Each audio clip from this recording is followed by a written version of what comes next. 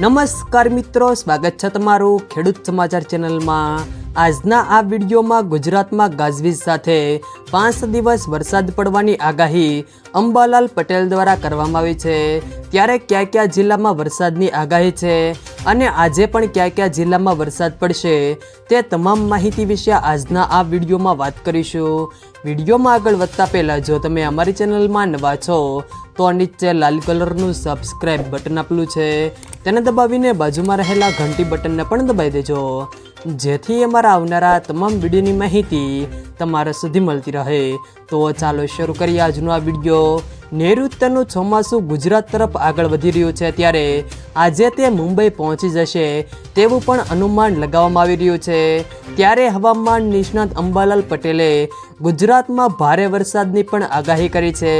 આજથી 13 જૂન સુધી રાજ્યના વિવિધ વિસ્તારોમાં વરસાદ પડશે। 21 જૂન બાદ રાજ્યના કેટલાક વિસ્તારોમાં ભારે વરસાદ વરસશે।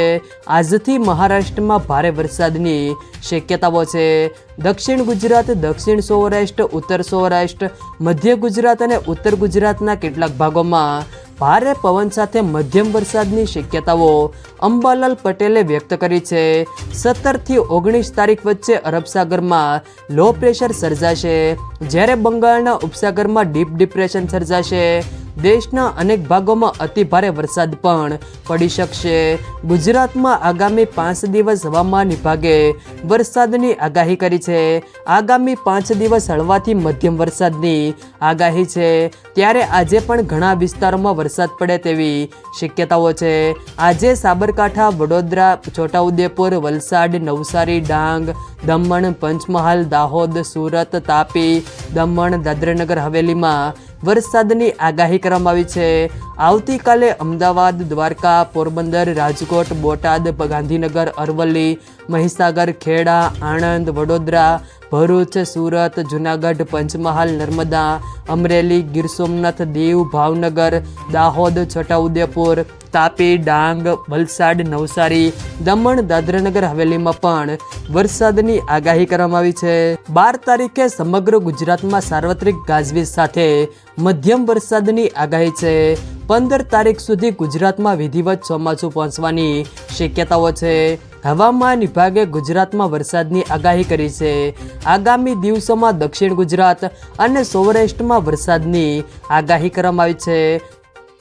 અસર છે એટલે પાછોતેર વરસાદ પણ સારું થવાની શક્યતા છે। પાછોતેર વરસાદ ધાન્ય પાકને બગાડ કરશે। 13મી સપ્ટેમ્બરથી 26 ઓક્ટોબર વચ્ચે ગરમી રહેશે। વિષમ હવામાનની વિપરીત અસરમાં ખેતરમાં પડેલા પાછળમાં રોગ જીવાતને ઝેરી જીવજંતુઓની અસર થશે અને આ વખતે વરસાદ ઓક્ટોબરની શરૂઆત સુધી રહેશે। નવરાત્રિમાં પણ કોઈ ભાગમાં રહેવાની શક્યતા રહેશે, કારણ કે લાલ નિયમોની અસર સપ્ટેમ્બર માસમાં થશે અને આમ ચોમાસું જૂનથી સપ્ટેમ્બર માસમાં ગણાતું। જો મિત્રો વિડીયો પસંદ આવે તો વિડીયોને લાઈક કરો, તમારા મિત્રો સાથે શેર કરો અને જો તમે અમારી ચેનલમાં નવા હો તો ચેનલને સબસ્ક્રાઈબ જરૂર કરજો, જેથી અમારા આવનારા તમામ વિડીયોની માહિતી તમારા સુધી મળતી રહે।